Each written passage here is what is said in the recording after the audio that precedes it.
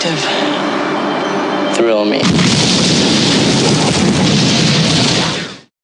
Thanks for joining us again. Happy Friday the 13th. We thought we'd quickly put together an episode to celebrate this Friday the 13th of August. Jared, gone with a Friday the 13th Part 7. We're catching up on the series. We're a little bit out of whack, if I'm not mistaken. Yeah, but that's all right. Jason X, is that not correct? Well, I've kind of lost track. After we did the damn enchiladas. Yeah. After we did the damn enchiladas, I'm kind of mixed up with everything that we've done as a separate episode and what we haven't myself. So I'll let you keep track of that. I'm pretty sure the only other one we haven't done is Part 8, which will come in for some treatment, I'd suggest. Yeah, better give that some distance. Yeah, the damn enchiladas episode, I did say it was an absolute prick of a film. Maybe it's not that bad, but geez, no, it is. Offloaded on it. All right, Part 7. What have you been watching, just briefly, before we get into it? Watching plenty of The Office. I watched a lot of The Office for some reason. I just came across it on Netflix, decided to kick it off from the start. So I'm in sort of sort of pushing into late season 2 now. So enjoying that. But in terms of the movies, I decided to have a look at Joe Bob's Halloween from, I think it was about 2019 now. As we mentioned, I'm finally sort of giving Shudder a bit of a rap for finally putting that Joe Bob stuff on there and getting a few more of the originals. But so I watched the original Halloween and 4 and 5 with the Joe Bob wraparounds. Really enjoyed them, actually. Obviously, you know, we've seen those films a number of times, so it's not necessarily catching anything new in the films. But yeah, it was fun to watch him with another sort of perspective on there, and his sort of entertaining kind of commentary. And as I said to you, Adam, one of my few issues with Halloween 4, he's bugging me if he hasn't turned me around on it. The scene with the priest, I'm now all on board with it, and I think it's a turning point for Loomis. So for that alone, it was well worth the experience. So yeah, that was good fun. I also watched, again, on Shudder, they had a doco on Pet Sematary. It's called Unearthed and Untold, The Path to Pet Sematary, which was quite good. It was, it sort of covered a lot. Well, it didn't cover a lot of the book, but it definitely sort of touched on the book and then mainly worked around the original film. Didn't mention the second film at all. I believe it was made before that had come out. So, but yeah, it was good. It was very good to watch. The only thing I noticed was there was a couple of points where these two blokes were popping up and it was saying, you know, splicing in with the actors and the people that lived in the town, and then you saw these couple of blokes popping up with the title filmmaker. And I thought, who the fuck are these guys? And then I thought to myself, I hope they're not the blokes that made it. And lo and behold, it was the two blokes that made it that were splicing themselves in as talking heads occasionally. So I'm not sure. I'm not sure I would have made that choice myself. But outside of that, they talked to everybody. They talked to people that lived in the town that got... they didn't talk to King, but they got plenty of info around King. People that lived in the house... lived in the town. The neighbour that lived next to his house when he wrote the book that actually had the pet cemetery behind their property. Oh, okay. So they went pretty deep. They spoke to people that were in the film for just bits and pieces. They got the actors for parts like Zelda. They got the child actors who played young Judd and the wife when she was young, sort of walking into and seeing Zelda. And so they really went hard at it and got a chat with most of the people, most of the main actors in the piece.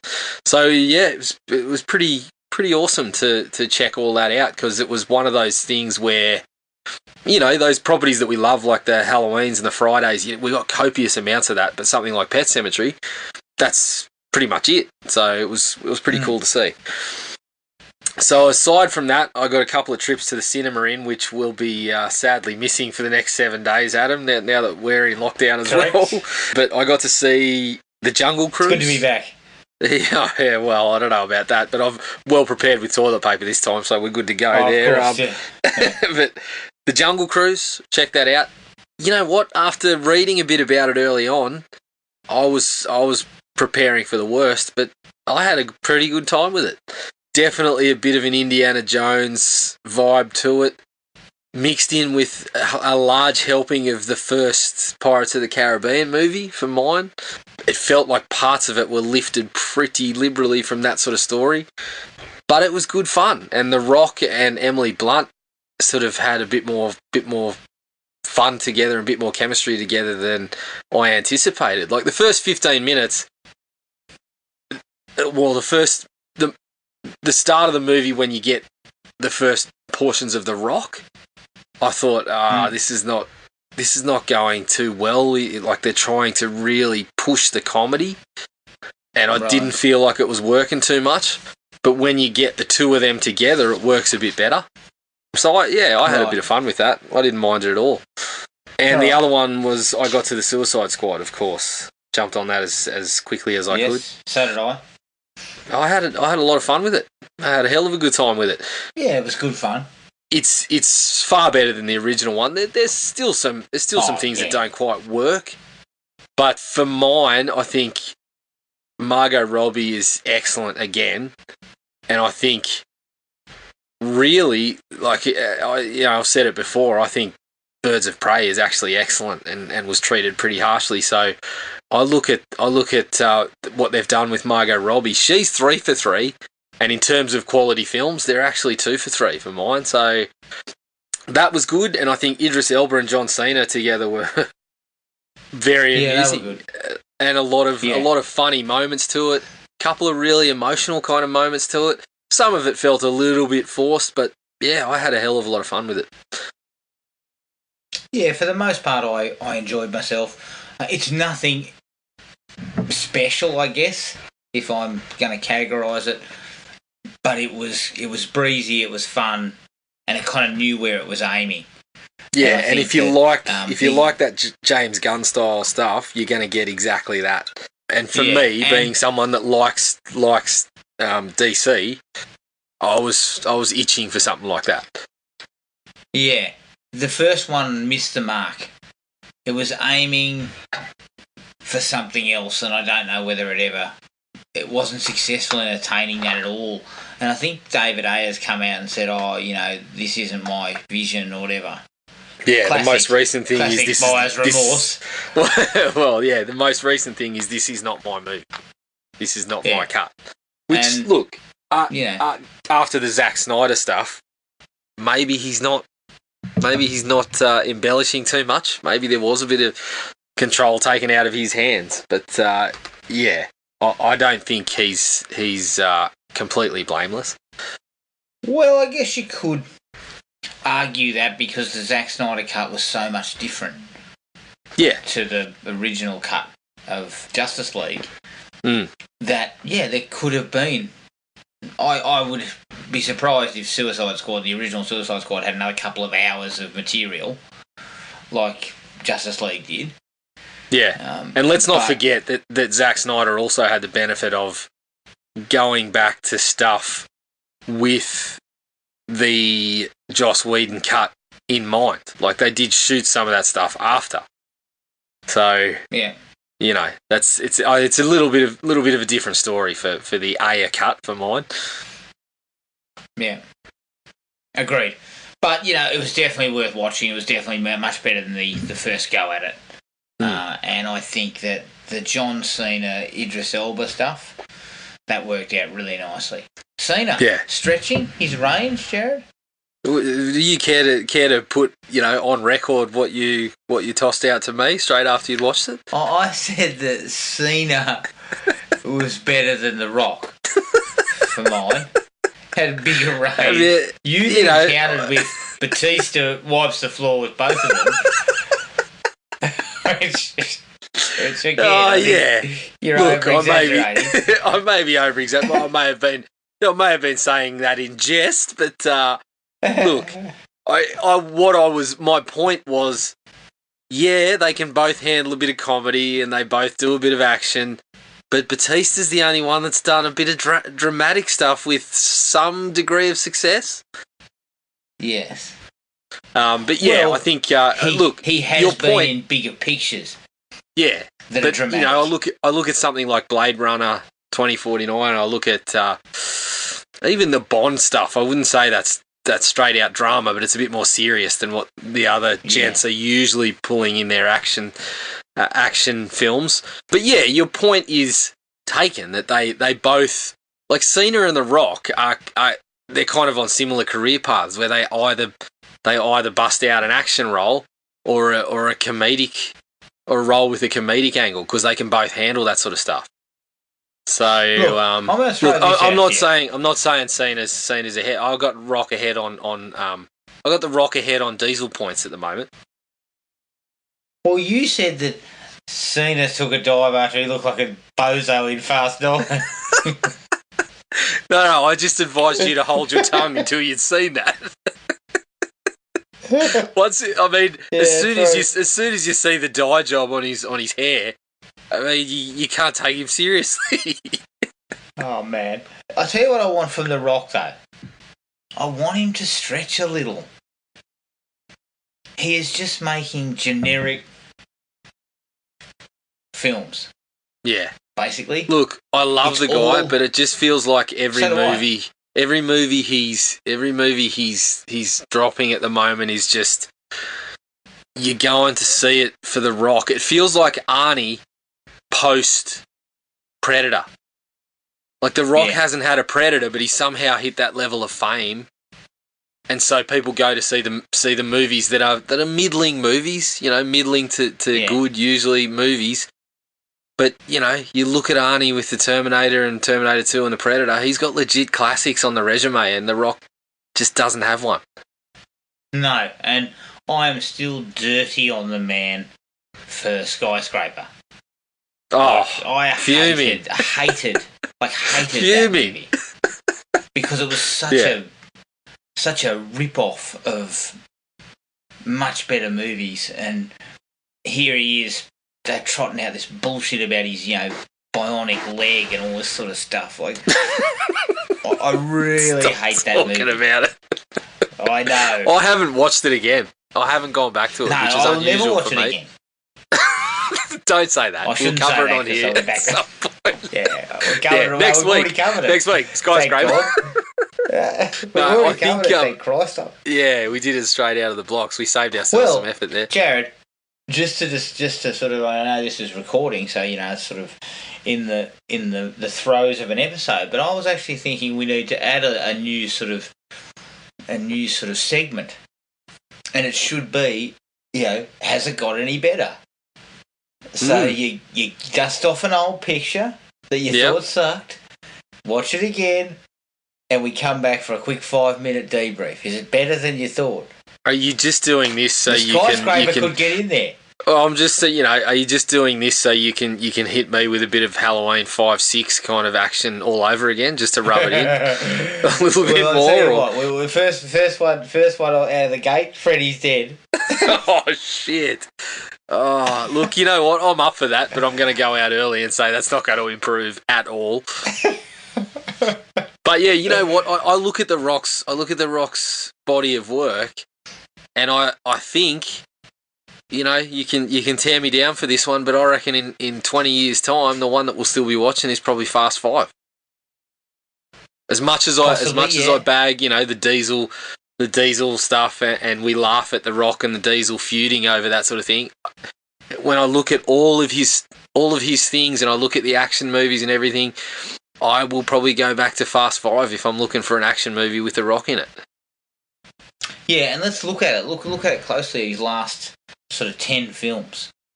Yeah, you got things like the Fast and Furious films, which are all sort of, you know, generic sort of franchise films. You've got Skyscraper, Rampage, San Andreas, this new one, Jungle Cruise, and they just seem to be all, yeah, they're okay, Like, no one's saying the bloke makes shit films. He doesn't. No. He makes No. solid, crowd-pleasing films. Yep. But he hasn't got anything that leaps out. No, even something like the Jumanji films, which are a lot of fun, they're just not on that classic kind of tier. And, you know, being an optimist, I'm holding out hope that something like Black Adam might really knock it out of the park, and that might be the one that we're talking about down the track. But as of now, I mean, I'm not talking about, you know, Baywatch or Central Intelligence down the track. I'm talking about Fast 5. What about Hercules? Should we go back to Hercules? That was maybe a 1-2 punch that he... That was like stepping in a dog turd and then stepping in another one once you stepped off that previous dog turd. Look, we got things like Pain and Gain to go to, but he's not leading that stuff. He's not the star of the piece, really. No, and Pain and Gain is more of an ensemble film. Yeah, that's right. So I'm really hoping that he's got something, maybe just out of left field, the Netflix one that's going to drop soon knocks it out of the park, or something like that we can just look back and say, yeah, he's got one now. Well, but I just don't see it. Say that one's not going to knock it out of the park because it's got Ryan Reynolds in it. The track record on the Netflix stuff is. No one's really done their best work on Netflix in those movies. Especially Michael Bay. No. So, yeah. No, they haven't. Yeah, okay. So let's get off the rocks back there, because I don't want to make out like I hate the bloke, because I don't. No, I think he's good. He seems like a good bloke. Love the guy. I just love to see him have a classic in the resume. And unfortunately, the older he gets, if you look at the track record of the previous action heroes, their best stuff was in their early days. Mm. You know, they found a classic in that early period of their career. It's definitely not and a last blood. And then they traded on it for the rest of their career. That's right. You know, when you've made Rambo 1, you can make fucking Rambo 5. You can do that. But you know, because quite frankly, you shouldn't. You shouldn't. Look, you shouldn't, but you can. That's the point. The Rock's gone and done it with his first movie on Skyscraper. Admittedly, no one was giving Stallone a bucket of cash for Rambo 5. That's right. I mean, the Rock. We can't imagine the Rock going back into a skyscraper when he's 70 years old. But Sly could do it because he'd already got the runs on the board with that one. Correct. We forgave him. Well, did we? Gibbo certainly hasn't. No, look, we haven't forgiven him, but we can always go back and watch the first one and say, oh, yeah, well, you know, we've got warm feelings there, Sly, and then we just don't watch the fifth one again. Yeah, true. All right, let's take a break, Jared, and here is... Oh, sorry, no, I better... You haven't even told me what you've watched other than the Suicide Squad. Well, I only really watched the Suicide Squad, and just after... With this movie in the lead-up, I quickly watched a couple of chapters of Crystal Lake Memories. Mm-hmm. Part 7, Part 8, Jason Goes to Hell, and Jason X. Look, there's a few delusional characters. There are some delusionists in there, because the blokes behind Jason Goes to Hell are kidding themselves about what they're talking about. Yeah, okay. They're like, oh, you know, we wanted to make it weird and stuff. No, you didn't know what you were doing. You were too young to kind of know. I think they didn't really know what they had, and I think Jason had sort of lost a bit of his mojo because of Part 8. Mm. So Jason Goes to Hell was always going to be a risky proposition anyway. So, and Sean Cunningham, I think, he gives mixed messages. Yeah, well, you know, we've discussed this. It wasn't his idea, but it was, and... Yeah, well, we've discussed this, and basically it comes down to, for me, I believe Adam Marcus when he says that Sean said we need to do something different. We need to, you know... I don't think he actually said we need to lose the mask, but he basically said we need to do something different. Because here's a bloke who's never made a movie, fresh out of film school. If Sean Cunningham doesn't want it to go in that direction when they pitched it, Sean Cunningham says, you are not making the movie. But then Adam Marcus says, no, he was all for, he wanted something different, so we went in this direction. And now, with hindsight, Sean Cunningham basically puts it all back on them and says, you should never have changed it up. So I tend to believe Adam Marcus on that one. Yeah, I think Cunningham was a hindrance. And Jason was just a cash cow. Yeah.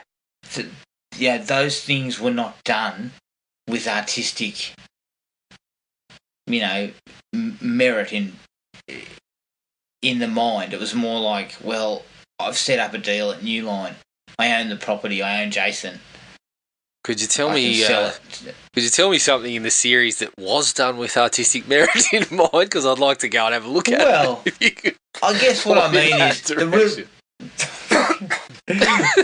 good ones are the ones where somebody's at least, yes, we know what it is, but we're I know what you mean. For something better. Someone knows. Someone knows what. Part 6. Yeah, someone knows what they're talking about. Knows the fan base. Has an affinity for the horror genre and kind of goes for that. And I think, look, Adam Marcus seems like he was a fan and wanted to do the right thing. Possibly didn't have the best ideas to do that, but even then, I don't feel like Sean Cunningham is. I feel like, as you said, all it is to him is it's good dollar. He's a businessman. Yeah. And even though he did direct the first one, I just feel like you look at his track record and he gets into what can make the money. And at the time, it was the horror. So, yes, yeah. But you're right, and I re-listened to our Part 6 episode, and that's what springs to mind is that something like Part 6 is made with a bit of love and care for what it is. Part 4 is the same, and if you read the Chris Lake Memories book, the writer says that he was kind of like not really taking the whole endeavour seriously, and Joe Zito sort of called him out on it. Said, "You're not better than this stuff. We need to make this as best as we can." Yeah, and that's right. That's the mark of good people involved. And I just feel like Nine was, we're great big fans, but we're 23 years old.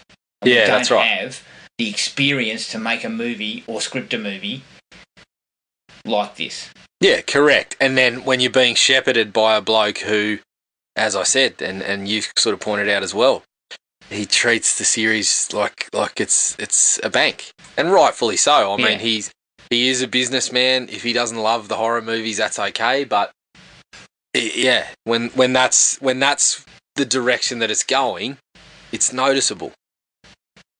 Yeah, correct. Yeah, but look, it was good to go back to Chris Lake Memories. It's an exceptional doco. It's a really solid piece of work. All right, but that was it. That's all I had. So let's take a break. Here's the trailer for Friday the 13th, Part 7, The New Blood. Friday, May 13th. It's Jason versus Tina. Don't go in there! The match made in hell.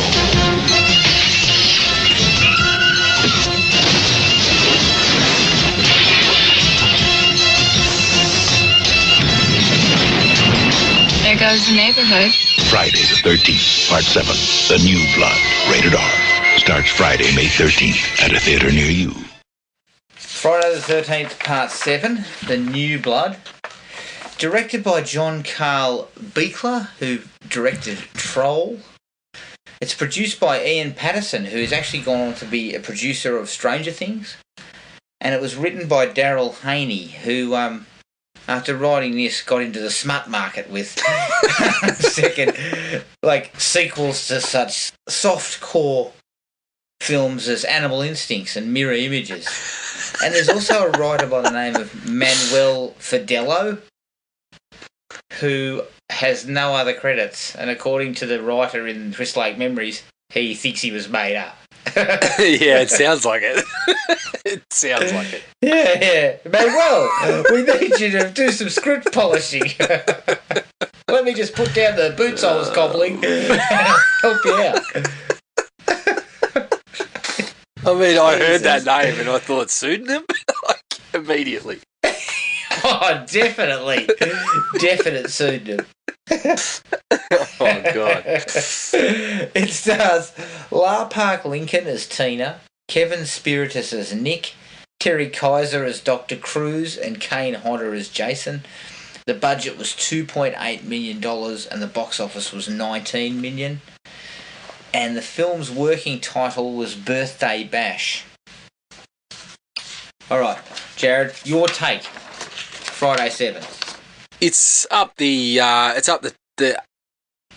higher end of the ladder. It's definitely not one of the worst ones, but it doesn't quite crack the top tier. Like I like the idea of taking it from a different angle with the whole someone that's got abilities that can handle what Jason's bringing to the table a little bit. But that never really comes into play until the last 10 minutes anyway.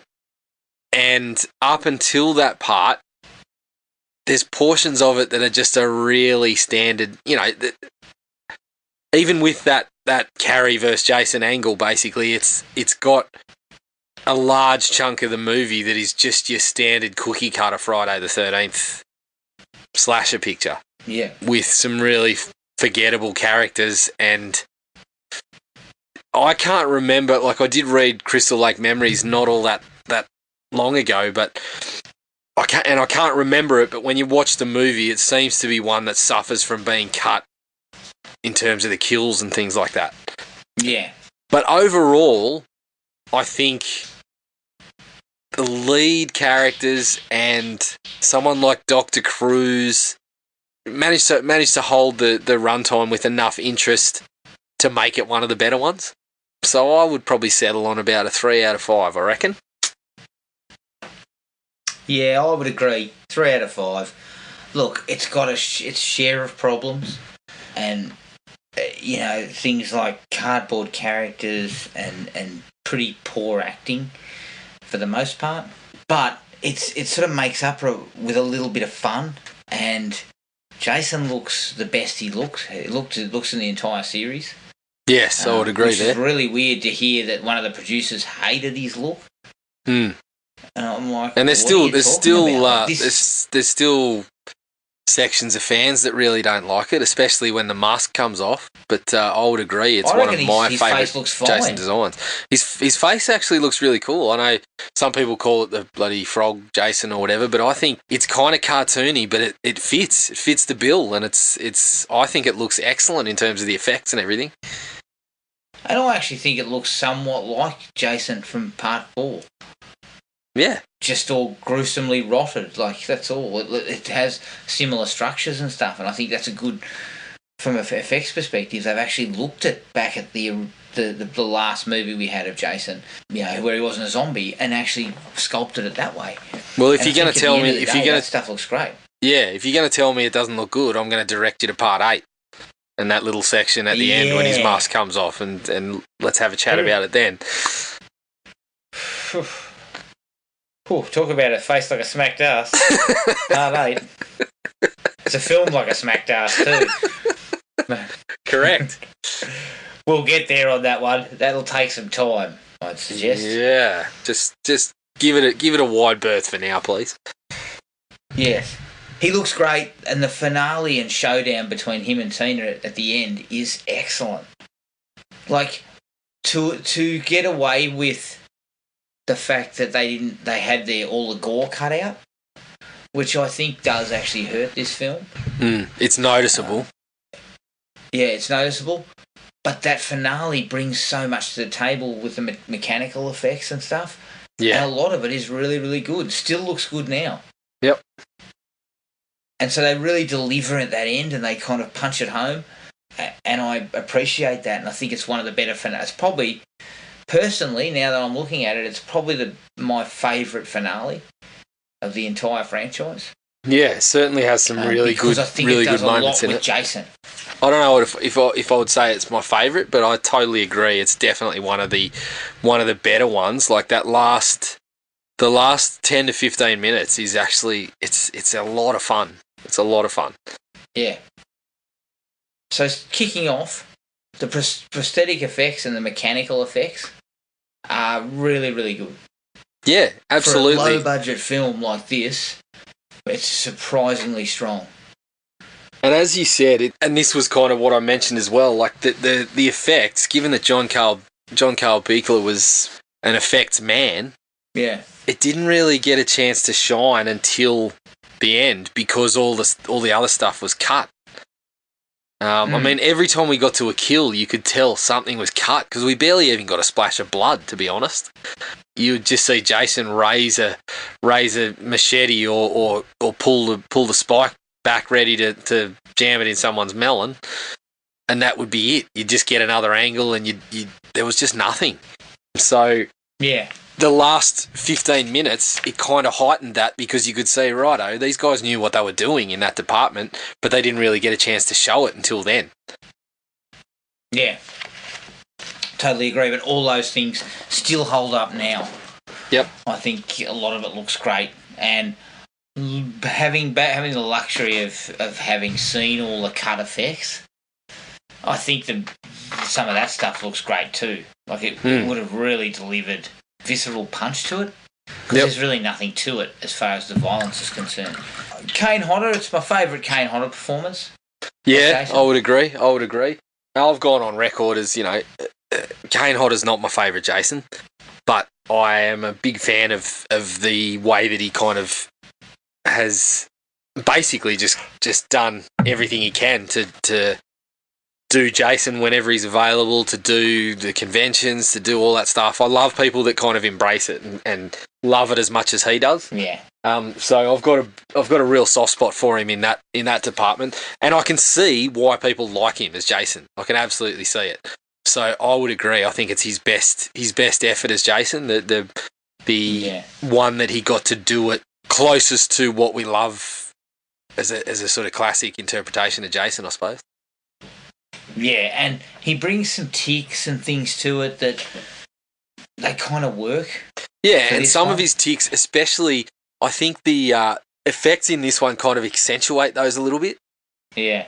Because the Jason effects look better than they have any other time on him, and you get something like the exposed spine, the bones at the back, and the first time you see him when he comes out of the water and he does one of those kind of body movements that people know Kane Hodder for, he does a kind of shoulder, he just lifts the shoulders a little bit, and with those effects it kind of accentuates it, and it actually looks really cool. So yeah, I think it's a nice little combination of that sort of stuff for him, and those things that he does, like where he does a big breath or he lifts the shoulders or something, it's never worked better for him than in this one. No, of course not. I think this is definitely his best performance. I think by Jason X, I'd kind of tired of him, and I think Jason X not being a great film didn't help him, but he kind of lumbers around. Settle down. Just ease up there. Okay. You might want to recant that. Maybe that's the one we have to go back to for is it better than you thought? For that, Jason X might be your first one. True, maybe. Jason X could be the best one to start with. But yeah, he is good here. Yeah, look, absolutely. I'm actually going to give Buechler a bit of a rap. It's hardly directed with style, so to speak, but I think he tries to do a few nice things to I guess, get around the fact that a lot of the violence is cut out. He uses some decent sort of camera work, and there's a couple of little things. One in particular where he uses a 3D kind of when Jason throws the spear. They do it as like a 3D sort of shot. He does a couple other nice things. There's one particular shot that I really like when David, the stoner guy, I know you were probably thinking, who's David? No, one knows who listen. We'll talk about that in a moment, but I know who David is. Okay. David comes down into the kitchen looking for some tucker. Yeah. And they just have a lightning strike and Jason's standing in the corner. And for a split second, I didn't think it was him. I was just, I didn't even notice he was there. And I like that little bit of subtlety to it. Considering Jason kind of does lumber around a bit here too. They just have random shots of him walking across in front of the camera. Yeah, and they get a couple of shots of his POV and things like that. Yeah. Yeah, I think all right. He does. I don't think it's again, I don't think it's top of the pile, but it's certainly, I wouldn't say workmanlike, Adam. No, he's a step above workman-like. He's a tradesman. But craftsman, even perhaps. No. Craftsman is the next step. Okay, He's not a tradesman. craftsman. We'll settle for tradesman. He's definitely not a craftsman. Okay. A craftsman So is you're not like, asking you're not asking Buchler to design your home. You're just asking him to turn up and No, I'm asking Beekler to put up drywall.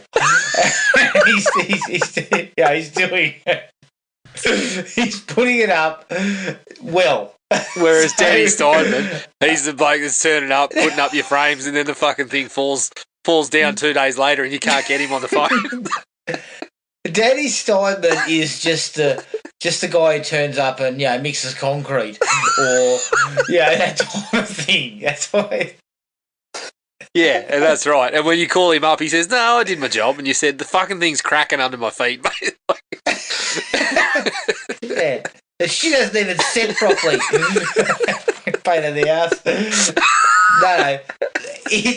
In horror movie parlance, the workmen are the Danny Steinmans, the Dominic Athena and Gerards. Yeah, Where fair enough. you're getting them on that they're taking smoko breaks all the time. they didn't go to TAFE. No, shit, no. They're just labourers. Yeah, they did half an apprenticeship and then fucking started their own business under some bloody shonky shell sort of company. Exactly. Then we go to tradesmen like John Carl Beekler. Mm-hmm. Solid. He's done his craft. He can put up a house, Yeah, but it's just going to be a house. it's just your standard stuff. Right? Dwight H. Little. He's a craftsman. Yeah, Little's a craftsman. He's a craftsman. He came in and he puts together a very nice little package. He makes it well. It's under budget. It's on schedule. Yeah, you're debating where he got his architecture ideas from. Are they sort of 18th century French architecture? I don't know. Yeah, he can throw in a gargoyle on the roof, and make it work. That's right. Or some stone lions out the front, he can make all that work. And then the last tier is John Carpenter's a foreman. Right, okay. He's the foreman. Yeah. Except for when he was directing Prince of Darkness. Yeah. As you said, the foreman likes to tell everyone else, their work is shit. But occasionally he'll lower himself to making shit anyway.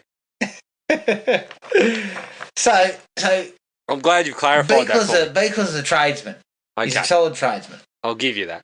And he does a pretty good job under the circumstances. Yep. I just like the idea of giving Jason an adversary who's kind of at his level. Yeah. I think that the series was pretty stale by 7. Even with 6 being as good as it was, people's interest was waning. Yes.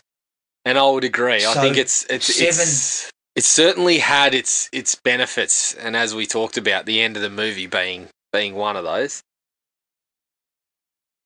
Yeah. And I think I also feel they were trying to compete with the Freddies and that of this world. Yeah, that's right. They were trying to go, a little bit of that supernatural angle. You can see the influence of Freddy there. Like they wanted to match some of that, but it's not all that well used. But it certainly brings some things to the table later on, and you can see why they would have decided, this isn't a bad idea. Yeah, agreed. It kind of breathes a bit of life into a pretty tired formula. Yeah. The counter argument is exactly what you said. Is there are portions of the film that are as generic a slasher movie as you can get? Yeah, large portions of it. They just focus on the kids in the house. And it's like, okay, well, why are we spending almost as much time with them as we are with Dr. Cruz and co in the other house? So do you think during those periods that Beekler had gone back to being a workman? No, look, I think he's probably pushing into that. He was probably cutting corners on the materials he was using and saying, look, we can't afford this today, so just bring us the shit, bloody, the shitty drywall today. and we'll see if we can make that work. But overall, he's still probably settled in that tradesman tier. Yeah, occasionally he's one of those cockheads who micromanaged everything. So Yeah, and it occasionally seemed he'd run like outside to. it seemed like again that perhaps there was a couple of characters stuck in that he didn't have much say in. It seemed like there was a couple of sequences that looked like part 6 where you just got people in there and you're like, they're completely removed from the action. I'm looking at the couple in the tent where the blokes... Yeah. And I appreciate his form trying to tell her, no, there's no wood out here. I'll warm you up. And she quite rightly says, we're in the woods. Go and cut some off a tree. And he's like... Yeah, so... He was a quick addition to the scumbag. Yeah, Hall of Fame. that looked like it had just been chucked in for a couple of extra kills. And again, like I said, it's been a while since I've read Crystal Lake Memory, so I can't say whether that's the case or not, but it definitely looked like it. So you can't blame Buchler for that. No, you can't. I actually like the opening narration and the quick kind of interlude as to what has happened and who Jason is. Is this the only time we get a Crazy Ralph without having to deal with a Crazy Ralph? Yeah. We get gibber about the curse and everything there, but we don't have to deal with somebody accosting one of the characters and telling him this. Yeah. But I love it, the fact that it is Crazy Ralph who's doing the narration, and I just love the fact that they quickly give you a rundown of Jason, and it's within about 2 minutes it's over with. Yeah. Look, I didn't get whether that was the case or not, but I assumed that it was Crazy Ralph basically talking about it, even though he's dead. I looked at it and I'm like, that seems like it's supposed to be Crazy Ralph talking, just by the terms of the curse and all that sort of shit. When used well, I don't mind those little callbacks to the previous film, just giving us the last couple of minutes or a little reminder of something that happened. And in this one especially, because of Jason ended up in the lake, it made sense that they played those last couple of minutes. Yeah, agreed. I like the kill of your mate in the tent who gets Jason's hand punched through him and his neck broken. Yep. I kind of dug that. It was nice and nasty. Yeah. From Jason's perspective, I would give you that. There's not many of the kills that I think would be worthy of a mention in this one, but that would definitely be up there. My favourite, of course, it's no surprise, is the sleeping bag. I think that was one of the ones where it's just, okay, we get something different there, and it was one of the few moments in this one that probably wouldn't have been out of place in part 6, where you can get a bit of a chuckle out of it. That's and right. It's a little bit ridiculous, a little bit silly. So, speaking of the deaths, I actually think the bloke who cops the axe in the face down by the lake, where he just kind of swipes it upwards, and it sort of smashes his face open. I think that's not a bad kill. It looks much better in the uncut version. Yeah. Because blood just geysers out of his face after he gets hit. Yeah. And it really adds that visceral sort of impact of it. But I don't mind that kill. I've got something to sort of in the dislikes about the why they're out there. Oh fuck! That's that's a running theme, isn't it? Oh Christ! But it's a solid one. Okay, can we get on to just quickly? Can I? I mean, I've been itching to mention it, but Dr. Cruz, the guy is the guy's an absolute ball bag in the most watchable sense. He is just a scumbag from start to finish. But every time he's on screen, you're looking for a little bit more of what he's going to offer. I mean, from the second he turns up, the very first time I saw him, I'm looking at him and I'm like, he looks like a cut rate Robert Palmer. He's got this kind of get up where he's wearing this kind of jacket and stuff, and I was expecting him to kind of turn around and say, "Look, my diagnosis is you're addicted to love," or some shit like that. Like he's getting around in these outfits that I couldn't shake that. She may have also had a bad case of love with you. Yeah, possibly. Oh God! That's what I'm thinking. That's what it all came down to. Just to sort of close the point home on this, when I first saw him, he was simply irresistible. Of course. Oh man! But he's just an unrepentant slime ball, but super entertaining. Super entertaining from start to finish. He's probably the best performance in the film. Yeah, I would think so. In terms of watchable. just a general acting performance, he's pretty solid. Yeah. Yes, he's a seasoned guy. Mm. When you can act dead for 90 minutes and be convincing. Agreed.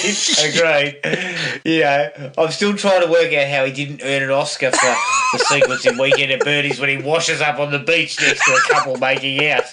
Yeah. They could have just spliced that into this film. Couple making out on the shores of Crystal Lake and he up washes Dr. Cruz. Somehow having grown a mustache. Oh my God.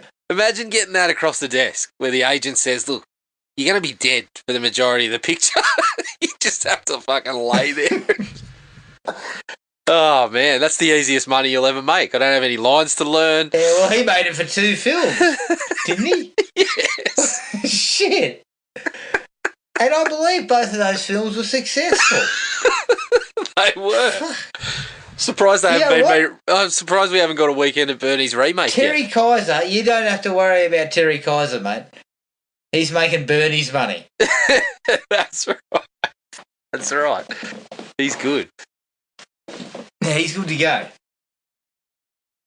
This is this probably shouldn't be a like, but I just couldn't stop. I couldn't help myself. The guy by the name of Eddie. Yeah. The writer. Yep.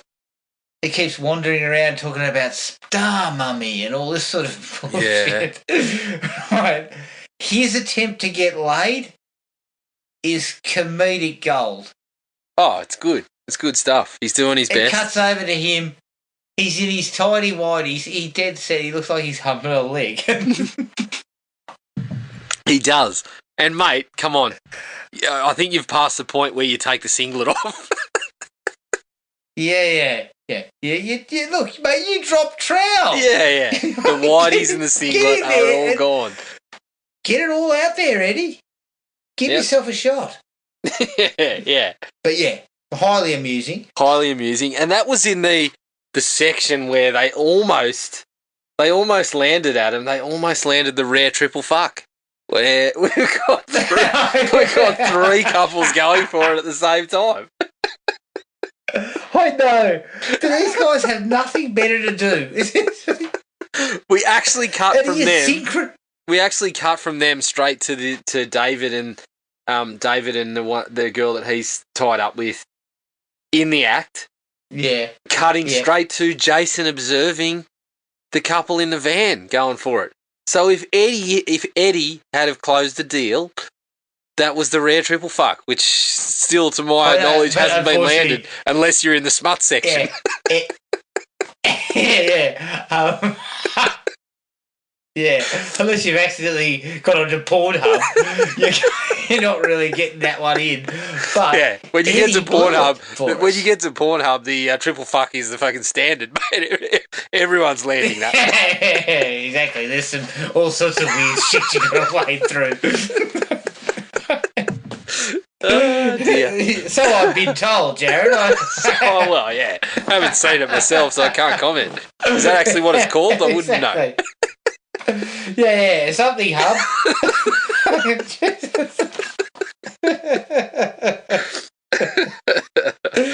You know what? Again, this showcases what an absolute fucking buffoon I am.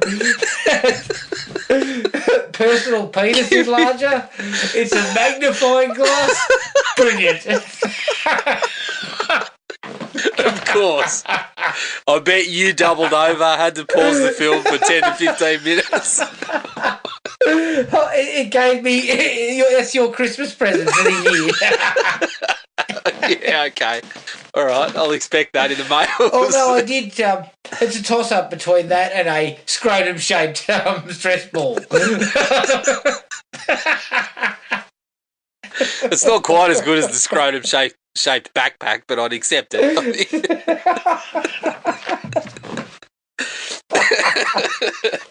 I can't wait for Christmas. Yeah, it's going to be good. There'll be scrotums everywhere.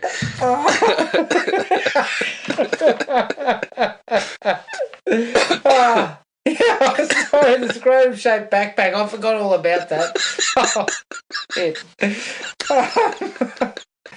Yeah, it'd be good. Good stuff. Oh, Jesus. When that girl is thrown out the window, again, I'm not really sure why I found this in the likes, but I couldn't help myself. It is clearly a dude with a wig on. Clearly. Oh, man. And they make it, just in case you couldn't tell it's a dude in a wig, they play it in slow-mo just so you can actually confirm, yeah, that's a dude in a wig. He's got fucking quads like Arnie. Honestly, seriously, when, in the good old days when women were considered for just about any form of work, instead of a woman to do the stunt, we'll just chuck a dude in a wig and hope that they don't notice. Oh, shocking. I had to laugh on the doco as well because the actress is like, people are always saying to me, your legs are so muscular. I was going to say that. All you got to do is look at the bottom half and say, yeah, she's not skipping leg day, no doubt. The only thing missing was the bulge in his pants. Yeah, get caught on the window frame. Oh, Jesus Christ. Oh. Speaking of rare triples and doubles there, this movie contains one of my... Look, admittedly, it's one of the silliest tropes in horror movies, but I love it. It's when someone falls out of a tree or fucking just falls out of the roof where they've been strung up or something like that. And even Halloween doesn't avoid this. It basically fucking started that. It's in Halloween, the original Halloween. But this one, it's the same guy, and in one sequence, he seems to just fall out of a broken branch in a tree or something. And then later, it's the same guy. I swear, it's the same guy that falls out of the tree. It's the guy who's had Tina. his face cut up the guts. Yeah, with the blue and pink shirt on. He falls out of the tree when, I think it's Maddie. Is it when Maddie's walking around? Yeah, he falls out of a tree. Up her earring. Yeah. And then he's also the guy that swings out a la Halloween with the body hanging down, straight down when Tina's walking around. So he lands the rare double where Jason, and I love the thought of somebody catching Jason in the act of fucking slinging someone up into a tree after he's killed them. I mean, Jason doesn't say, every time you see Jason in the act, he appears to kill someone and then fucking walk off like he doesn't care. But of course, he seems to circle back and fucking chuck everyone up in a tree.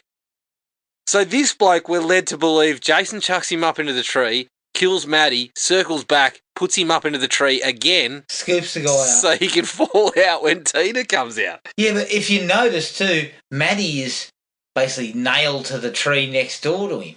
Yes. So he's not only has he scooped that guy up, he scooped Maddie up as well. Yeah, he set up his own bloody little Halloween, House of Horrors or something like that, where people walk out and someone falls out of a tree and the next person fucking jumps out of the ground or...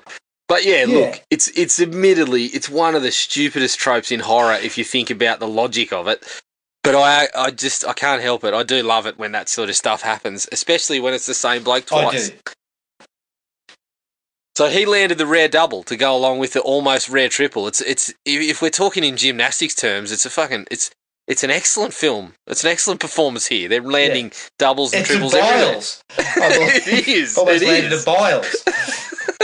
Yeah. But fuck, honestly, just touching back on the rare triple, there's also a sequence at the start. I mean, why are we all fucking in the van? It's the house of 2 Betty or something, because it looked like it was about 10 Betty. It seems like a single. I mean, it's a huge house, but judging by the fact that everyone wants to go out into the van, you'd think she was a fucking single, or the walls are made out of paper or something. I don't know.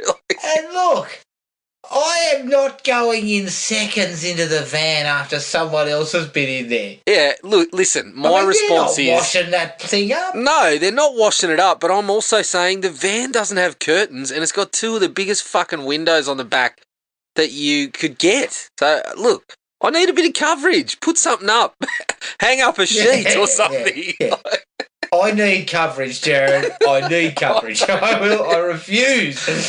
I'm not a bloody exhibitionist. No, I'm not an exhibitionist. Look, I would like, if we're going into details, I would say, look, I get into some rare work in there. Like, I don't want anyone to learn my tricks. But really, it's just unique. It's like the fucking 11 herbs and spices for KFC. That's right. That's right. I can't tell you. I can't tell you what's going on in there. I'm doing shit that would blow your mind. I can't give away the secrets of can't give away the tricks of the trade. So hang up a sheet, or I'm not interested. Even if I was an exhibitionist, Jared, no one's buying into the exhibition.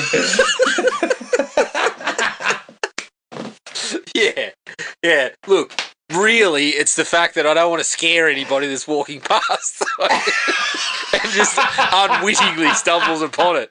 And they fucking faint and I do too. Like, it's a mess for everybody. Not to put a finer point on it, Jared, but I am not soliciting feedback. Don't look in here and tell me what's wrong. I don't take to constructive criticism very kindly. I get defensive.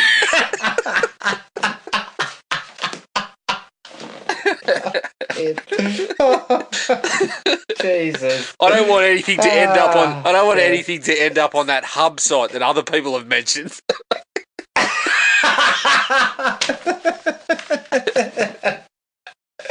Yeah. Oh God. Look, Dr. Cruz finally getting his comeuppance.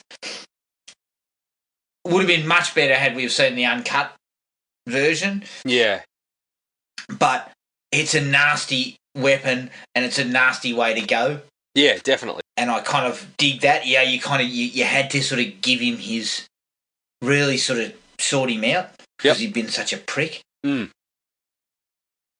Absolutely, and I think I agree. Also like the when death of Melissa. Yeah, absolutely. I mean, the guy. I've forgotten his name again. But the guy you mentioned, that's the writer. He quite rightly points out that she's a cunt, and he's 100% correct. So, getting those 2 are the ones where you really kind of they set you up to just be sitting there, just waiting for those 2 to get knocked over and say, "Yeah, that's the comeuppance. That's what we've set them up for." And as you said, it's not as satisfying when you don't get the what was originally intended. But now, as you've quite rightly pointed out, that we've got these special edition box sets and everything where you can get access to most of that pretty easily. It does add a little bit to it. Oh, of course. I think the film would have been much better off with the violence and the gore left in it. It just would have added something to it. Yeah. That it's kind of missing, unfortunately. My final is just the whole finale. Yeah. I think that they do a fantastic job. She really lays into him. Yeah, you got nails, you got fire. She bashes him over the head with the light fitting. Yeah, and she strangles him. You don't get, throughout the series, you don't really get a solid 10 to 15 minutes that's that kind of engaging in that way, really. Hmm. And as you said, it's kind of consistent. There's portions of it. We already pointed out that that's where the effects are the best because of, if you're watching the cut version, the original version, which most people have been watching ever since it was made, that's where you really get the effects displayed. Watching it, it was fun in a kind of King Kong versus Godzilla way, like Jason getting into a bit of that copping a bit of his own treatment and still sort of, continuing to come along. Kane Hodder getting belted by the veranda is impressive every time I see it. Oh. Because the fact that the bloke ever got up from that is, especially when you hear about how it looked like an impressive stunt, but where they basically just say, no, the fucking roof was a lot heavier than we anticipated and the bloke essentially got squashed. You watch it, and with that knowledge, you're like, yeah, pummeled. He got flogged, and he somehow continued on after that. So, yeah, that's impressive every time. He does the kind of the fire walk. He does the burn. He does, obviously they chuck another effect in there with the exploding house, which is stretching the budget to stuff that we hadn't really seen all that much. So all of that stuff is really cool. I liked it from essentially where she gets him in the puddle and electrocutes him. From that point on, it's great fun. Yeah, that is a really solid 15 minutes of the franchise entirely, and it's really, really well done. And I think it kind of, there's no gore in that at all, but yet it doesn't matter.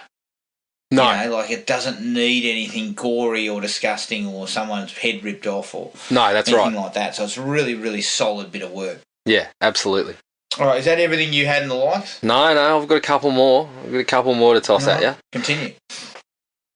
Nobody wears a Canadian tuxedo like Kevin Spiritus. That's one little like I had. The bloke is yeah. I mean, that's he's essentially... So I'll have to talk about No, look, if you're talking...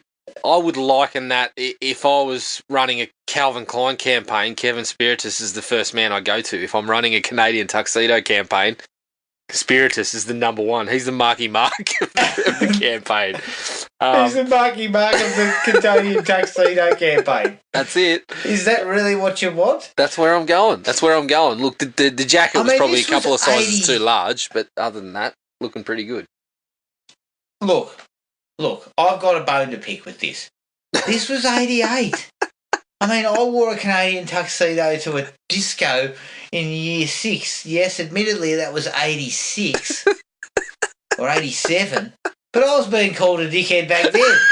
So it means it was on the way out. Look, I'll give you the hot tip, mate. That was nothing to do with your Canadian tuxedo.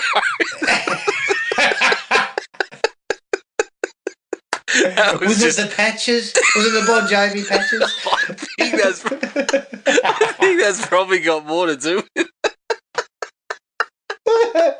Did you at least have a couple of... I think you might have had a couple of Akadaka patches on there somewhere, didn't you? Oh, I had an AC/DC one. Yeah. But I hadn't graduated to the big one on the back. They have those really big ones. Yeah. Mate, you should have learned from Spiritus. You don't wear that shit. You don't have a patch. You just have... The tuxedo speaks for itself. Spiritus didn't look like he'd washed the thing.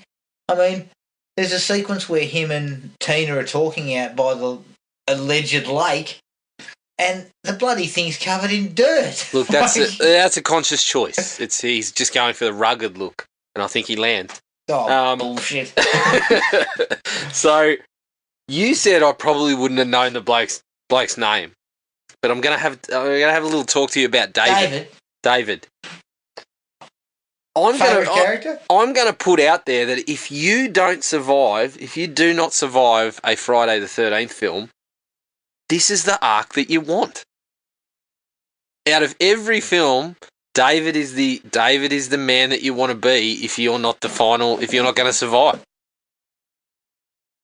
He chugs a beer. He chugs a beer. He's pinching food off the. He's pitching food off the snack trays. I mean, he's walking into a lamp and shotgunning a beer all over his face. Yet he still has two girls sitting there going, "Oh my god!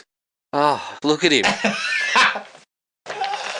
The very next time we see him, he's rolling joints, getting the party started, telling girls, "You want to get high?" He gets laid. The weed train is taking off. Yeah, he gets laid, immediately seeking out more food, and he dies pretty quickly. Like, you could not ask for more than that in a Friday the 13th film if you're not going to survive it. If you said to me, pick a character to be if you know you're not going to survive the film, who do you want to be? I want to be David. I'm getting shit faced. I'm smoking a joint. I'm getting laid, and then I'm out of there. So you don't want to be Rob? No, Part 4? I probably would. No. I think I'd prefer to be David.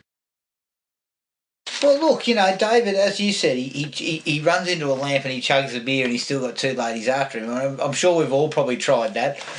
Yeah. Unfortunately, I was getting donuts. Yeah, if I was in a state where I'm walking into a lamp. 0. Yeah, that's it. That's night Who's over. this dickhead? Get him out of here. Yeah, that's right. So my playbook was, I'm looking pretty good here, and then, oh shit, I've walked into the lamp. Oh well, no chance now. I may as well just finish the rest of the bottle of tequila. That's that. That's my night. And then, buddy, lay on the floor going, later on the pretty evening. much. Yeah, look. Pretty much. Okay. So, line up, ladies. So David's arc, what a slight arc it is. David's straight line is what I'm aiming for. If I don't get to survive. Yeah, look, he does all right, David. I will say that. And his minimal screen time, he must be on screen for about 5 minutes total. Yeah. Yep. Quintessential slasher character. He ticks all those boxes. But yet let's be honest, he gets a lot done. I mean, this is the bloke who he falls off the bed and demonstrates a fucking fairly hefty lack of understanding about how a torch works. But job's already done. He also has some trouble putting his pants on. Yes. Maybe it was because he didn't have the 3-legged pair. So essentially, looking at what he gets away with, yet still gets a pretty successful evening in. I think that's what you aspire to, isn't it? Yeah, true. David, you've turned me around on David.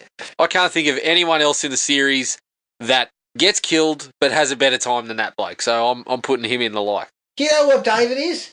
David's the tradesman version of Teddy from part 4. Teddy was just a worker, mate. He got nowhere. Yeah, that's right. But Dave... Yeah. David's the next tier. Dave's the next step up.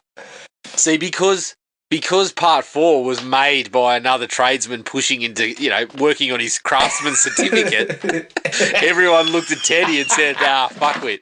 But because David was in this particular film that was made by a bloke who was still firmly in tradesman category, he got lucky. Yeah. Beekler didn't even bother to go for his craftsman certificate. He just went, "Oh look." He said, "No, career tradesman will get the job done." No, tradesman's good for me. I like the cash. I like the work. I'm a career tradesman. Yeah. I like it. Yeah, when he was having his performance evaluation, they were like, "Would you like to, get some more training in?" Yeah. No. Where do you see yourself in 5? Where do you see yourself in 5 years? Drywall, mate. Drywall. More drywall. That's what I do. I'm good at it. That's what I'm sticking with. All right. Have you got anything else in the life? No, that was it. I just had to have a chat about David because I felt you'd kind of skipped over him without giving him his due as one of the shining lights of the series. Well, one of the dimming lights of the series, but still a light nonetheless. Yes. Okay, dislikes. There is no character development at all. No. I mean, characters are not developed in any way. Not even Tina, really. No. And I think overall, top to bottom, it's one of the most... Because there's quite a lot of them, it's one of the most forgettable casts of characters across the whole series. Oh. I mean, when you look at parts 4, part 6... You get characters that get killed that you still know and you still remember things that they did. I mean, you go back to this one, having seen the movie 5 or 6 times. Well, fuck, that's probably a conservative estimate. You go back to this one, having seen it a lot of times, and within the first couple of minutes of someone, the first couple of minutes of the movie, someone comes on screen and you're like, oh yeah, shit, that person. I fucking almost forgot about them. So... I mean, we don't even have a demon. There's not even a demon in the series, in the film. True. And part 5, And- in and terms yeah, of part character 5 has development, got is one of the terrible worst. characters. Yeah, that's right. It's got Yeah. no development, but you look back at that and you can pick out a few people like, yeah, I remember that person, I remember that person. This one, you just they're really bland. Well, there's one particular scene that just had me going, it just summed up the character development issues. Is we cut to the van and we have the two whitest characters in the film sleeping together in the van, Yep. and they stop for a second, and all he says is, "Why are we sleeping out here if it's my uncle's cabin?" And she just goes, "Who said we're sleeping?" And they start going at it again. Yeah. The scene goes for maybe 15 seconds, Yeah. and I'm just like, what was the point of that? Yeah, absolutely. Like, there was no point to that, and I think we see those characters twice more, and the amount of, if you put it all together, they are on screen for about 2 minutes. Yeah, and as you said, he owns the cabin. Isn't he the one that fucking falls out of the tree twice? That's him, isn't it? Yeah, that's him. So you just sort of, yeah, like you said, what's the point? What's the point of some of them? And we expect these people, we expect these characters to be short and sharp because they're going to get knocked off pretty quickly. But I mean, Jesus, look at Demon. The guy was on screen for a couple of minutes, yet we fucking talk about him as much as we can because it was solid and entertaining, and that was in a film that I would consider to be a fair bit worse than this one. Yeah, agreed. I can't even remember those two characters' names. No, absolutely not. And that's how, and it's the same with the two African American characters. Yeah. They have like 2 scenes. There's a whole thing with her going, with him saying something about where was he last night or something like that. Yeah. And then he says, "Where's my coffee?" And she blows up at him. Yeah. Well, you know And what? I'm just like, what the hell is all this? So, I mentioned I watched that horror noir doco not that long ago. Yeah. And so when they came on screen, I was kind of like, all right, well, let's have a look at this. Because they talk about where, the African-American characters get killed first, or whether if you don't kill them first, you are putting your killer in a situation to be shown as strong by killing the African-American character, and that would be the Julius, where he's the prime athlete, and really he doesn't serve any other purpose than to show that Jason's a beast, basically. So I looked at it when these guys came on screen, and I thought to myself, well, shit, when you do look at it, they don't really have anything to do other than to go to the van, have sex, and then get killed immediately. And in terms of when they get introduced in the film, they kind of do get knocked off almost first. Because you get other characters killed before them, but when you introduce the people that are at the party, they kind of get knocked out first.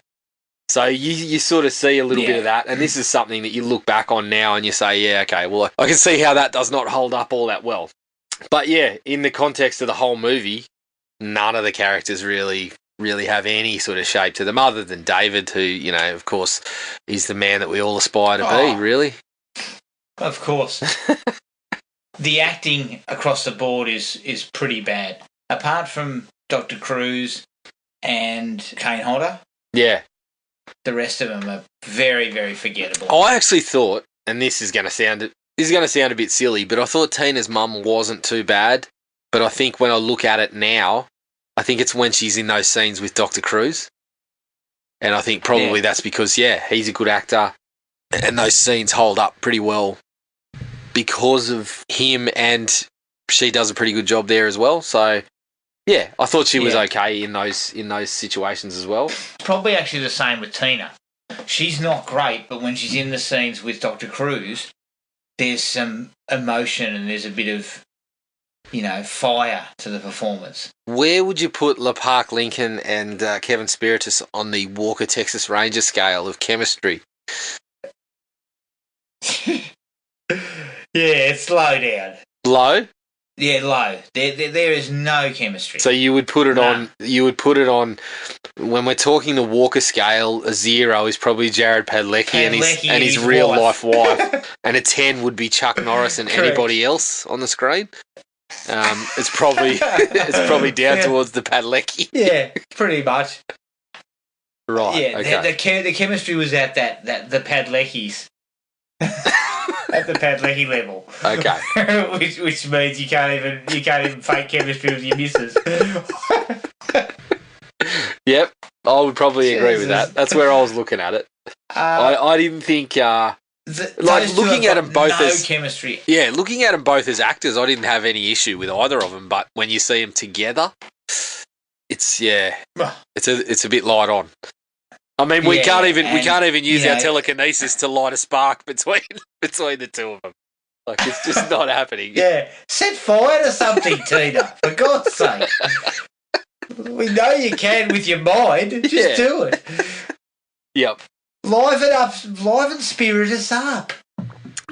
I mean, this is one of my dislikes. She gets out of the car, she takes out her bag, she drops it, opens it, it falls on the ground. The first thing Spiritus dies for to help is her panties? Come on, man. Yeah, dude. You could have done anything else. Veer left, Kevin, and pick up the sweater. For fuck's sake. That's right. There's plenty of other things there, mate. No wonder there's no chemistry. She thinks you're a creep. Mate, they're called the smalls for a reason. There's other things that you can go for that don't. There's lots of other things there that take up more space. Pick up one of the big ones, mate.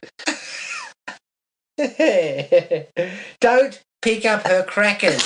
It's not a good move. No.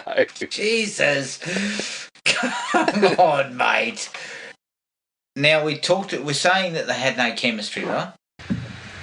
They Yeah. had no chemistry. They are at Padlecki also, level. That's a 0. Yeah, they're very Padlecki level. But yet the romance between them is in full swing in about half an hour. Yeah. And quite frankly, I think they've spoken like twice. Yeah, and time? every interaction's been disastrous. Unless you're David, everything's been a fucking disaster. If you're David, you're batting 1,000. Yeah, that's right. Jesus, by this stage, this is the best night of your life. Yeah. Spiritus is batting fucking single digits at best. And Right. Spiritus has not hit the ball. yes. No, but the problem is they have one conversation that's got any sort of information in it, and all it is him going, I was born in Pittsburgh, I used to run with the wrong crowd, now I go to night school. I mean, it's not the fucking Cliff Notes, dickhead. It's to know who you are. Yeah. And not only that, but when you hear that, the first inkling isn't, I'm turned on now. I'm thinking, my first inkling is, when you say running with a bad crowd, I need some elaboration here. Like, what are we talking about? Yeah. Are we talking vandalism? Yeah. Are we talking theft? Are we talking shoplifting? Have you beaten anyone up? Are we talking shoplifting, or are we talking like drug smuggling or something? Because that's going to weigh into my thinking here. Like, yeah. At the moment, Kevin, I'm on a precipice. Yes. You need to tell me which way I should fall. And then in return, she says, I'm going to be committed. And he's... Again, I'm thinking, okay, can you talk through your issues a little bit? Like, were you violent to anyone? Because I don't know where we're going with this. But so yeah, from both sides, I think there's some pretty poor decisions being made here. Yeah. I think my question is, where are you being committed? That's right. And secondly, this isn't going to work. Yeah. It's not it's me. In the Friday the 13th world, fuck, young love, what can you do? Love conquers all, including, barred walls and fucking barbed wire. Yeah, love conquers all, including stuffing balloons of cocaine up your bum.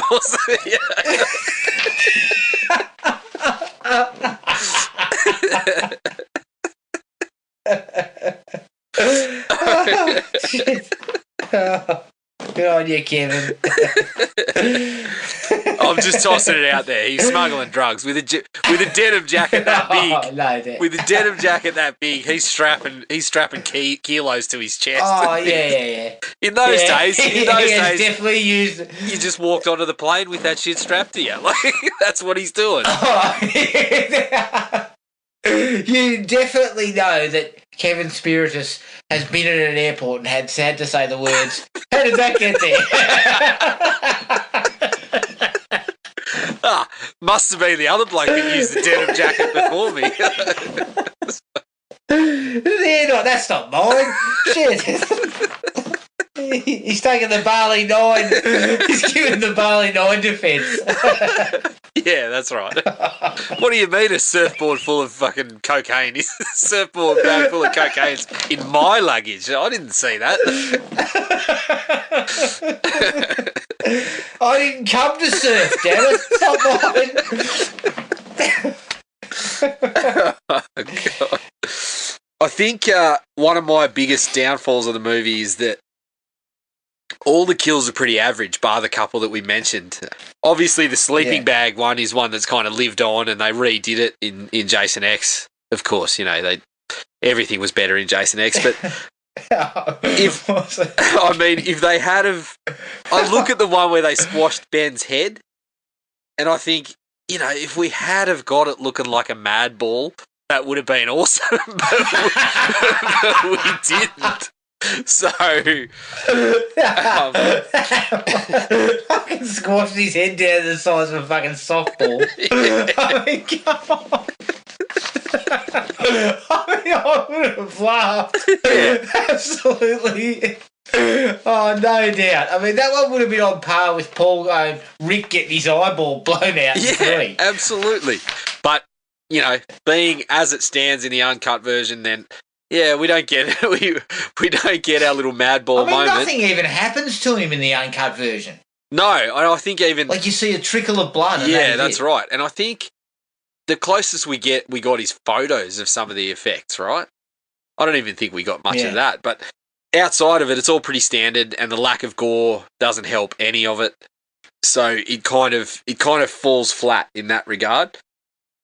And it's hard, even with the fact that it's hard to give them credit for it when you don't see it on the film in the end result. Like, that they did it, but it's really hard to look at the movie and say, well, it's anything but flat in that regard.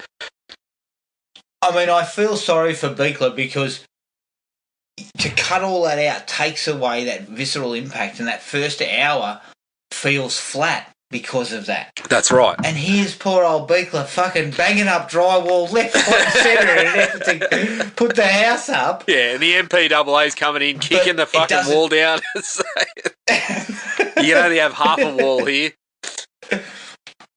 Yeah. I could just imagine the conversation about that bloke's head getting crushed. Trim a few frames out of that. Yeah.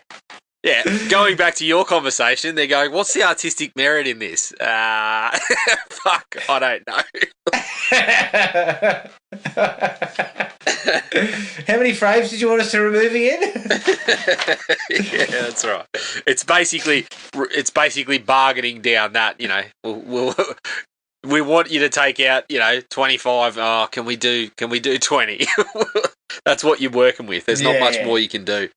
And the other thing, that hurts it, and I think this time it actually played in its favour because we just watched it just on its own. But when you watch them in order, coming on the back of Jason Lives really hurts it because, for me personally, and for most people, it's one of the best ones. For me, it's top of the pile, and it's a pretty hard act to follow, especially when they drop most of the humour.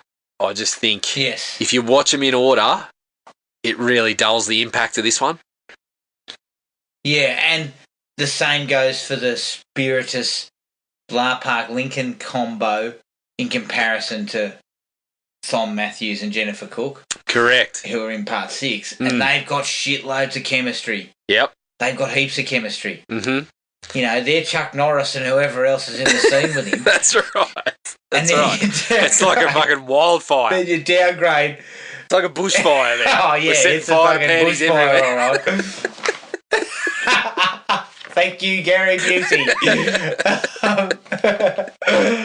But these two couldn't even put a fucking brush fire together. These two They couldn't can't even do a controlled burn. These two couldn't light a match. Let's be honest. They Oh, light the it's match and the wind blows. There it goes. But Chuck Yeah. Norris and anybody else, the whole state is alight. It's the fucking California wildfires. Chuck set fire to the place. Of course. Now, look, this is a question I ask. Why, Jared, why are we skinny dipping in what can only be described as a puddle of filth? Basically. No. I mean, that is not a lake. It's mud wrestling at best. It may as well be. Yeah, it's mud but when wrestling. you see it from under the water, it looks like bloody an Olympic pool. Yeah, I've mentioned that before. Jesus. Like when they go back in the daytime and you see the boat sitting in what supposedly is Camp Crystal Lake, there's nothing crystal about it. It's fucking filthy. It's a puddle, as you mentioned. I don't know what's going on. I believe there. I said in part 4 that the lake there, I would be looking for an open sewerage pipe. And the same thing applies here. It is not a lake, it's not. a fucking sewer. Yeah, there's not much to it. And I tell you what, if my girlfriend takes me out there and says, drops a gear and says, I'm going skinny dipping, I'm saying, you are on your own. I'm saying, this isn't working. Perhaps we should see other people. Yeah. It's just... Make sure you rinse off when you're finished. Yeah, I'm not going in any van, curtain or no curtain, with you if you have been in that water, basically. It's just not happening. I can't do it. Yeah, definitely. I know you're upset. I know you're upset, but it's just the way I am. You take it or leave it. Take me as I am. Oh, shit. Speaking of strange queries, I've actually got a few. There's a few queries that I come out of from this movie just thinking, what's going on there? And number one, why does Kevin Spiritus have a picture of his cousin in his wallet? And especially, he's not in the picture. Normally, if you're going to have something like that, it might be that, this is me and my buddies or whatever. But it's just a picture of his cousin and his girlfriend. And I mean, look, I like you. You're my cousin. I don't have a picture of you in my wallet. And I would feel like, as cousins go, me and you have one of the very strong cousin relationships. You're not getting anywhere near my wallet. Yeah. I'm just telling you that. Yeah, I'd love to put a photo of you in my wallet, but I can't open the fucking Velcro flap. That's right. There's no. When you've got your old Billabong wallet, you've got to rip it open every time. Pictures of your cousin just get in the way. Yeah, I agree. Why has he got that photo in there other than to kind of tell us that the guy that got killed at the start is his cousin? That's right. But not only that, she goes... I mean, it's a pretty ridiculous request. She goes, do you have a picture of your cousin? And he goes, yeah, I do. And he whips open the wallet. And there's like a little fucking photo album in there. There's about 10 or 12 other cousins in there as well with their own separate photos. I'm just looking at it going, mate, come on. My wallet, my own personal wallet turns into fucking George Costanza's wallet in about 3 months, just with receipts, cards, whatever else anyone's dialing out to me that I stuff in my wallet. I can't put a photo of all my cousins in there. You got a couple of packets of sugar in there as well. Yeah, that's right. A couple of fishermen's friends. Couple of fishermen's friends in there. 35 receipts that I don't need. There's just not room. I'm sorry, you're not getting in there. Oh, yeah. That shit doesn't. I don't understand it. No, not at all. It's similar to when, and I believe there is some cut footage, so I kind of might have to eat a bit of crow on this one. But Maddie gets all dolled up, and then just wanders outside and starts going, David. Yeah. Who told you he was outside? For fuck's sake? Look, if the footage you're cutting means that she goes immediately from the mirror to walking outside, you probably shouldn't have cut all that footage because that looks ridiculous. And not only that, why are we tossing in a barely developed ugly duckling story anyway? When all that results in is she goes to the Swan and then walks outside and gets done in 2 minutes anyway. Yeah, tradesman Beekler, you missed the spot. Look, the walls look nicely freshly painted, but there seems to be a big shit on the wall. Someone's fucking crapped and then smeared it on the wall over here. How did you miss that bit? Yeah, that ugly duckling stuff is fucking ridiculous. Yeah. And secondly, who told you that David was outside? Mate, why did you assume? We've spoken about David. Was he in one of the outbuildings out there? We've spoken about David. Like, why would you think that he has the capacity to walk more than fucking 5 steps without collapsing and soiling himself, basically, judging by the form he's displayed previously on the weekend? I mean, we see the guy for... He ran into a lamp and he fucking couldn't put his pants on. He ran into a lamp. You think he went outside. Ran into a lamp, couldn't put his pants on, shined a torch in his eyes, shotgun a beer all over himself, and you think he could be wandering around in the woods by himself. I mean, the guy was fucking paralytic for half the weekend. He's not getting out of his fucking bedroom. At that time of night, he is in a corner or in a bed, and that's where he is. Yeah. Maddie, check the single room upstairs. Yeah. That's where he's going to be at. Don't worry about going outside. You don't have to. That's right. Jason doesn't really bother to hide his kills much. I mean, we talked about... Well, he tosses them up a tree. Old bloody Mudface or whatever falling out of trees and so forth. But at one point, fucking Dr. Cruz is just randomly wandering through the woods and stumbles across a bloke stuffed into a tree trunk. So we know, basically, we see that it's his MO to stuff people in trees because he has done it with the cousin. The cousin is the one hanging out of the tree. Yeah, that's right. And then Dr. Cruz goes, shit. How can I use this? How can I use this against Tina? That's right. I mean, Jesus. Everyone else sees him and goes, Dr. Cruz is like, what can I do with this? Yeah, how can I use this to my advantage? Fucking hell, you asshole.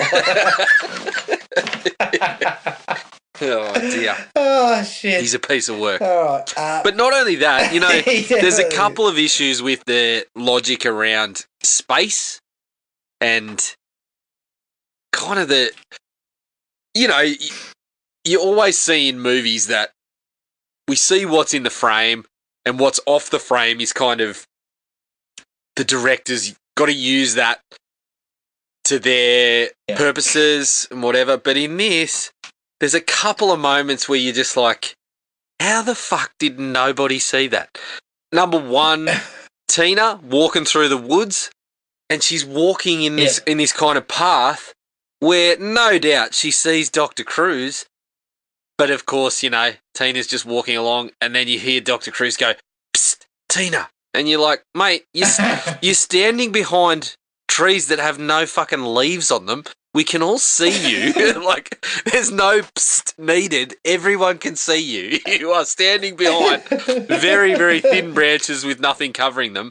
And the second time that I was really kind of looking at it going, come on, was when at the end where they think Jason's done and dusted and the building's burning, where Kevin Spiritus and... this is to my point again. I can't even remember his character's name just because I remember his name in general. I think it is Kevin. Is it? Either way. I think it might be Kevin. Let's hope Well, so. that's what I was going with. Yeah. Kevin and Tina are sitting on the end of the little dock, and there's only one way there. It's down a fairly when you see the shot from the other angle, it's a fairly lengthy dock, but they're sitting at the end of it and they're arm in arm, and then all of a sudden Jason's arm comes in and you're like, well, he had to get there somehow. He had to fucking walk down the dock without you noticing. How did he do that? The only other way is through the water, and he didn't come out of the water. So there was a couple of instances where I was like, that was really the only down I had on Buechler's directing, is that there was a handful of times where that happened, where it was just like, there's no way you couldn't have seen something there. Yeah. And it's fairly minor because you see that shit all the time. I mean, you look at bloody James Bond and stuff like that. That shit happens all the time. But it was just so... Because you're in... Especially when you're out in the woods in this one, and you can see the woods is fairly sparse. Like, there's trees everywhere, but they're very... It's not covering anything.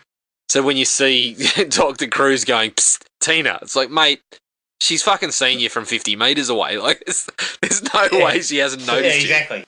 There's also a sequence where she finds all the bodies. Yes. And she walks a straight path up to Maddie, and then she takes 2 steps backwards, and suddenly there's the fucking girl out of the bloody the filthy bloody pond. Yeah. Directly behind her. Yeah. It's And like, well, how did she get there? That's right. You didn't see her? And even when the bloke's hanging out of the tree, you're like, he can only be a metre or two above where you're standing, Tina. You didn't notice the bloke whose shirt looks like a Bubble O' Bill wrapper? I mean, come on. Yeah.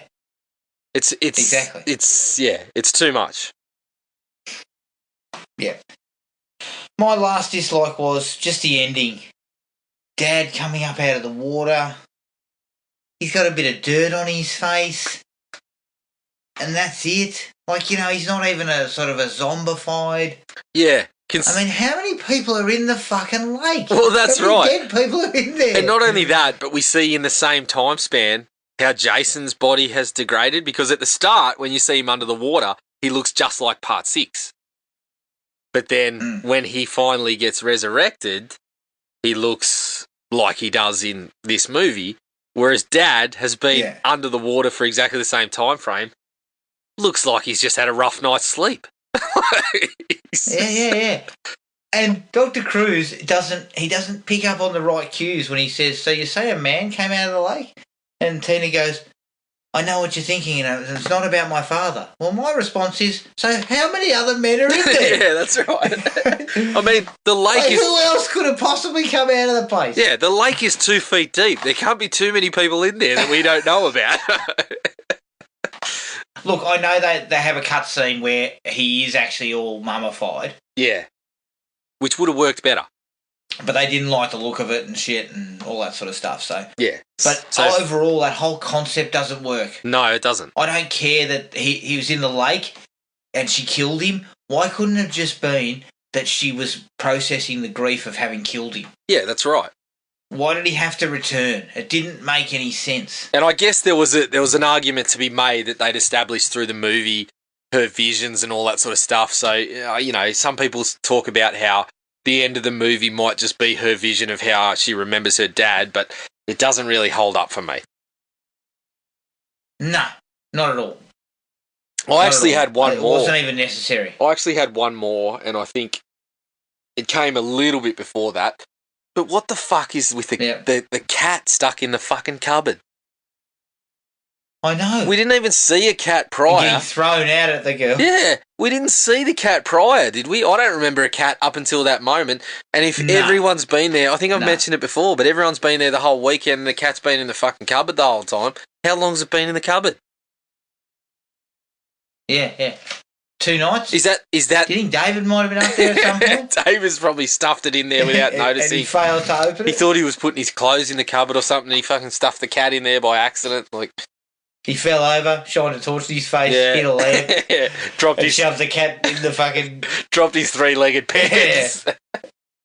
Accidentally picked up his 2-legged ones later. Like, who knows? Yeah. No wonder he couldn't put them on. But yeah, look, I just think that final sort of piece of the puzzle with the father coming back is unnecessary. You cut it.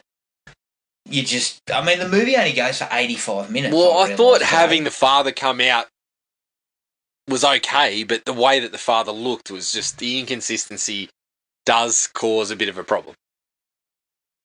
It does. Now, do you have any other dislikes? No, that was everything, mate. I think we've covered that fairly well. Yeah. Okay, so that was Friday the 13th, part 7. You can find us on iTunes, Spotify, Podomatic, and a heap of other places where you get your podcasts. Our email address is thrillme@iinet.net.au. We're on Facebook at Thrill Me Podcast Australia and at Podomatic at thrillme.podomatic.com. Our Instagram account is at thrillmepodcastau. Keep an eye on Facebook for our next episode. We've got a couple of things in the works. It took us a little while to organise the last couple of episodes, but we were trying to get some content together, so hopefully we'll have a few more things coming very soon. 7-day lockdown, mate. We should have 7 episodes out by the end of this. 7-day lockdown, mate. Fucking hell, we should have bloody 4 weeks worth of material. I've got nothing else to do. Let's hope my workplace is not listening to this. But until then, take it easy, and we'll catch up with everyone later. Cheers. Find the podcast at Podomatic or on iTunes. Don't forget to rate and review. Like us on Facebook at Thrill Me Podcast Australia, or contact us at thrillme, all one word, all lowercase, at iinet.net.au.